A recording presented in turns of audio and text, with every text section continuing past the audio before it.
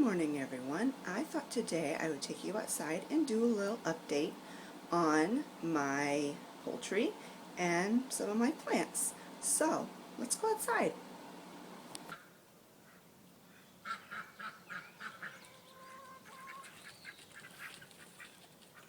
You can see him coming out. It's so cute.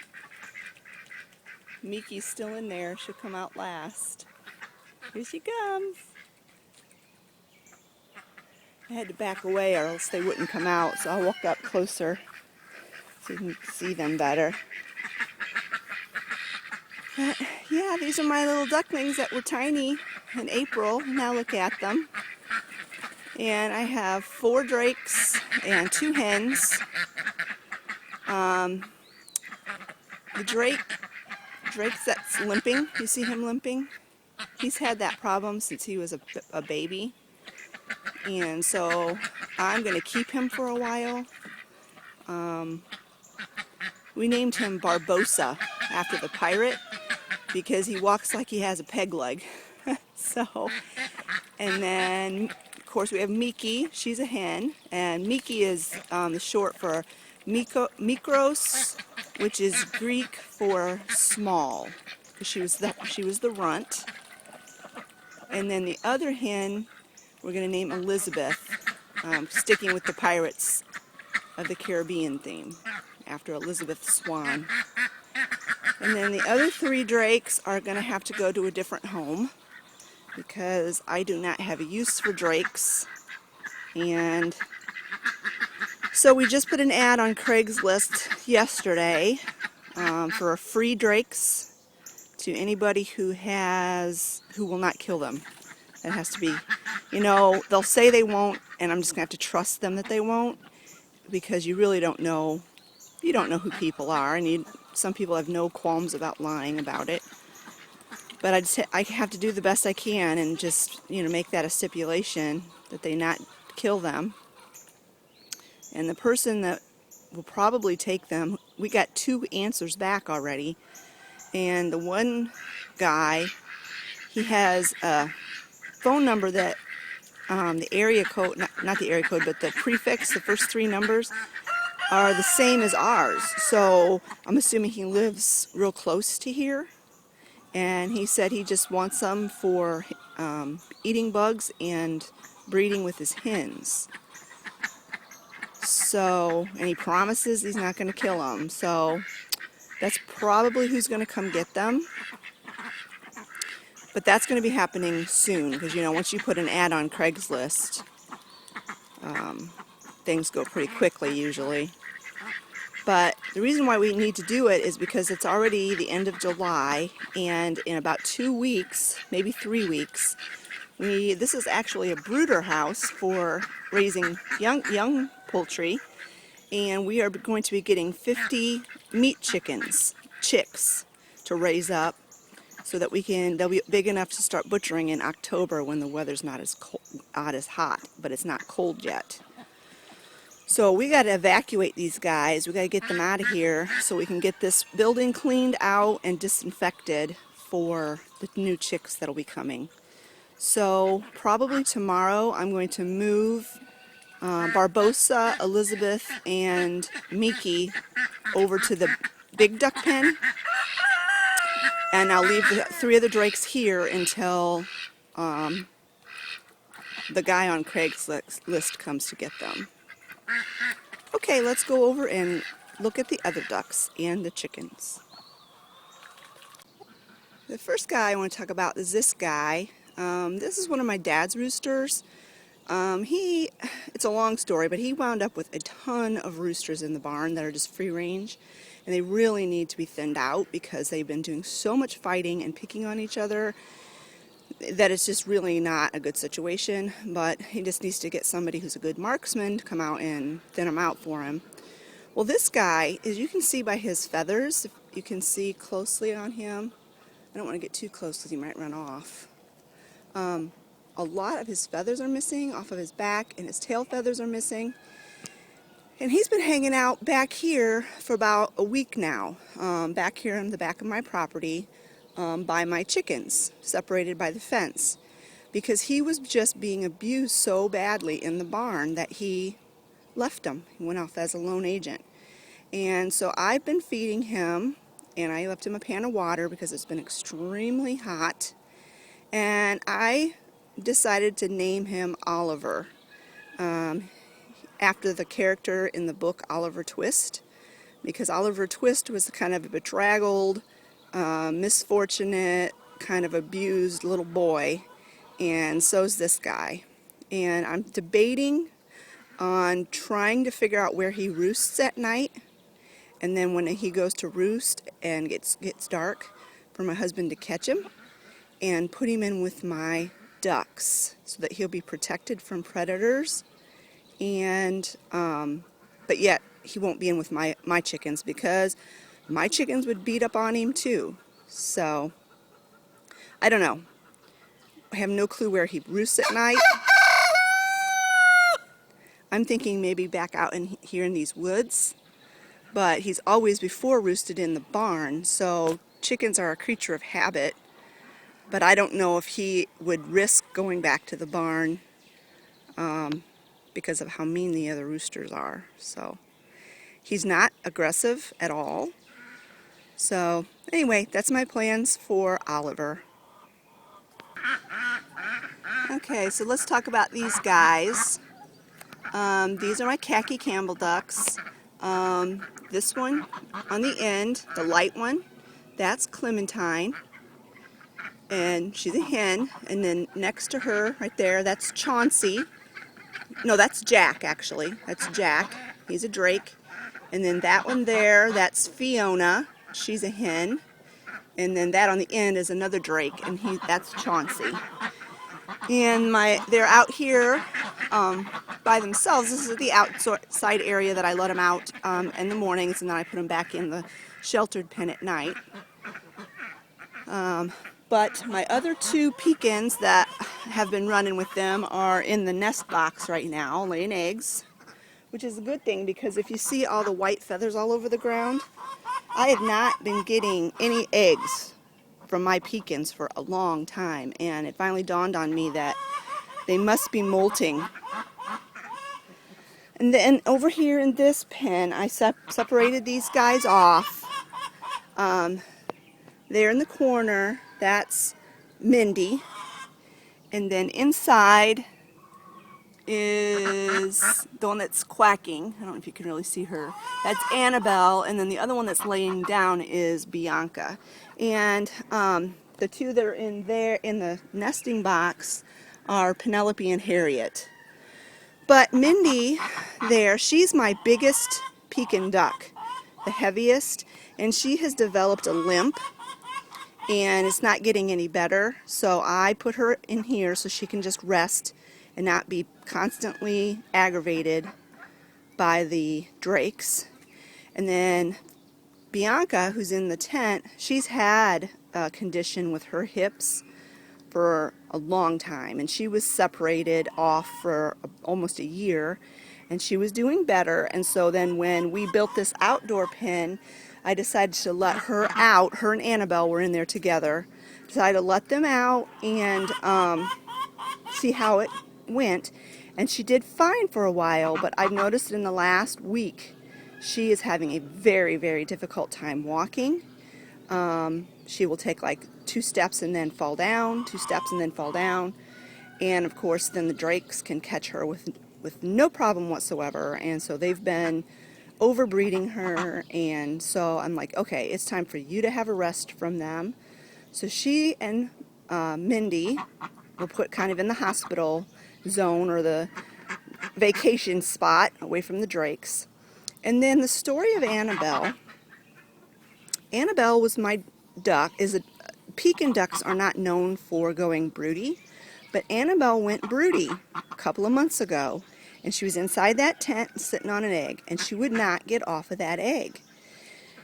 And I had a chicken in here with these guys, and her name is Meryl. And for those of you who have subscribed to my channel don't know the story of Meryl, but she was a black chicken, and she was in this pen with these chickens, and they were just beating up on her like crazy. I mean, really badly beating up on her. So, back in the spring, I went and took her out of here, and I put her in a hospital cage until her wounds healed up, and then I stuck her in here with the ducks, and she was doing great. She was really doing great. She loved it in here. The ducks didn't mess with her. Here's Bianca and Annabelle. Anyway, she and Annabelle formed a friendship, and she would, when Annabelle was broody and sitting on the nest, Meryl was constantly in there with her, hanging out with her. And at least on one occasion that I witnessed, she took over for Annabelle when Annabelle wanted to get off and get a drink of water, and Meryl sat on the egg for her, which I was like totally shocked. I couldn't even believe that I was seeing that, but it actually did happen. Well, about a week or so ago, Meryl started acting funny. And I knew there was something wrong with her, and I was checking her over, and I noticed that she had a problem on her rear end. And what it was is that she had a, oh, my brain just went blank. It's where when all the insides come out. Oh, I'll think of the word and I'll put it on a card on the bottom of this page.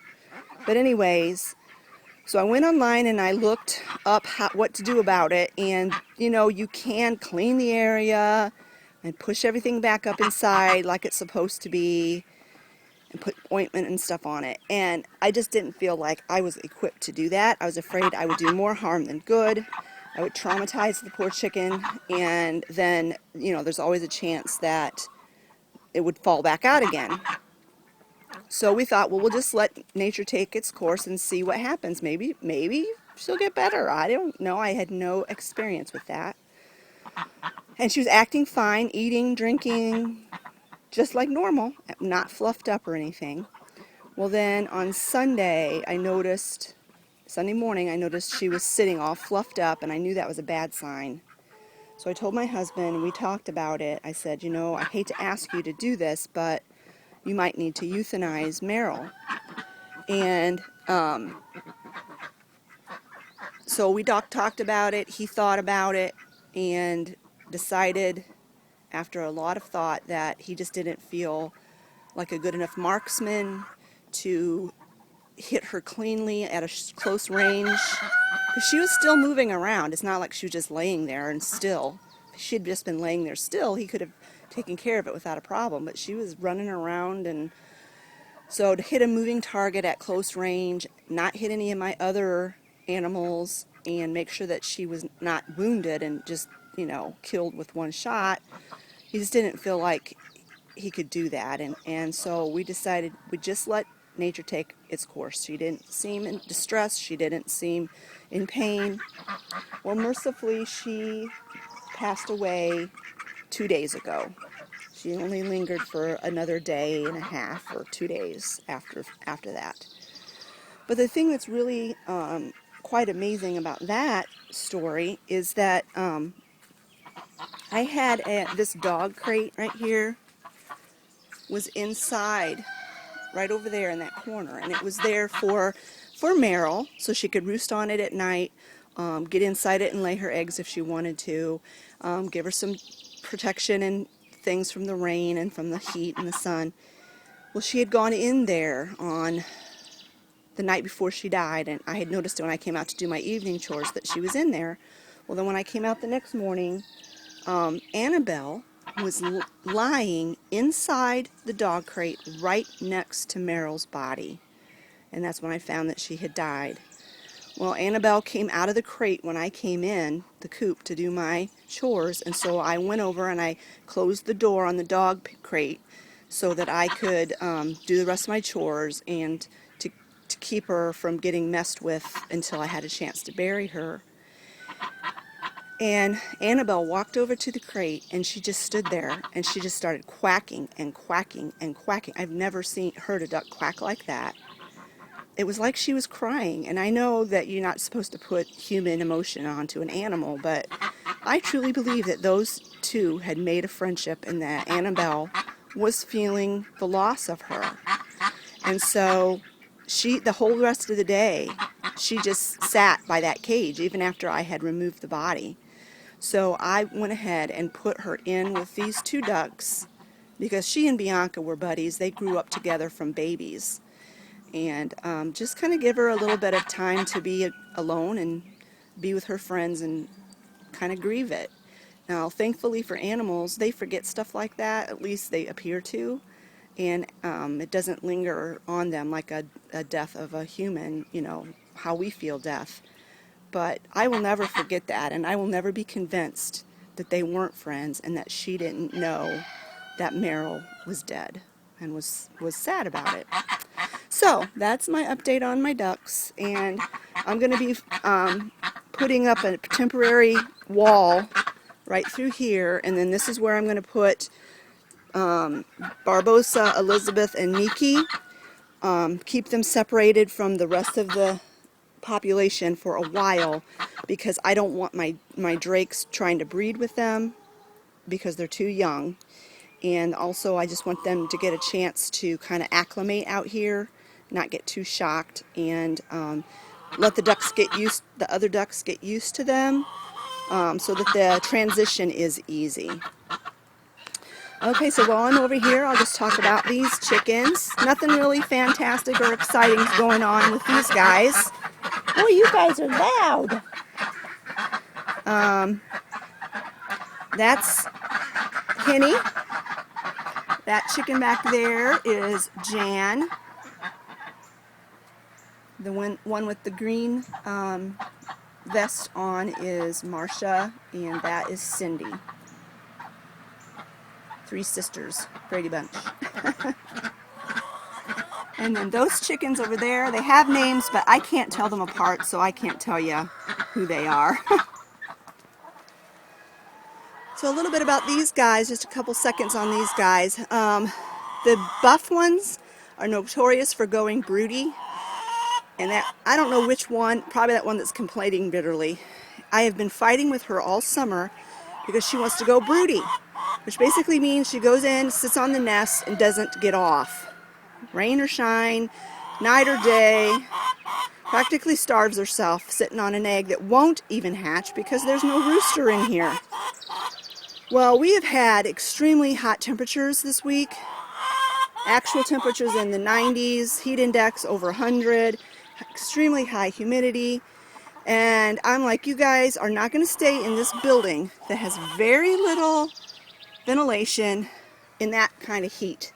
So I've been booting them all out in the morning and blocking off the door and making them stay outside for the day. And then in the evening when I go out, I'll open them back up and they can go inside. And I don't care if they lay their eggs in the dirt.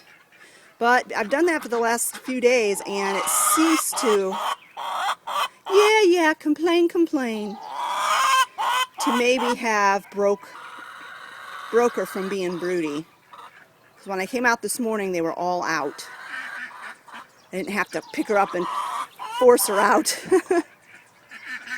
Their food got wet yesterday because we had a bad rain, so I got to go in there and dump all that out and get them fresh. I hate that when food gets wasted, but what can you do? I don't want them to eat sour food. And last but not least, we have Virginia here. I'm not going to talk about her too much because this video is already going to be too long. But I will come out and do a special video just about Virginia for those of you who are new subscribers and don't know her story and why she's in this little pen by herself. But she's a sweetheart and she's doing great and I just love her. And she will have a forever home with me because she's my little doll. Aren't you, Virginia? Can you talk? Can you talk? Hi, girlie. Yes. You're a sweetheart. Yes, you are. Okay, it appears like this video is going to be kind of long because I chatted too much and told too many stories, so I'm not going to do the same video showing my flowers. I will make that into a separate video. So that was just an update on what's going on with my animals, and if anything new develops, I will certainly keep you updated when I get the babies moved over here, and I will show you that, and when we get our new chicks, I'll show you that as well. So thanks a lot for watching and for all of your support and your love and your friendships. It really means a lot to me, and we'll talk to you later. Bye.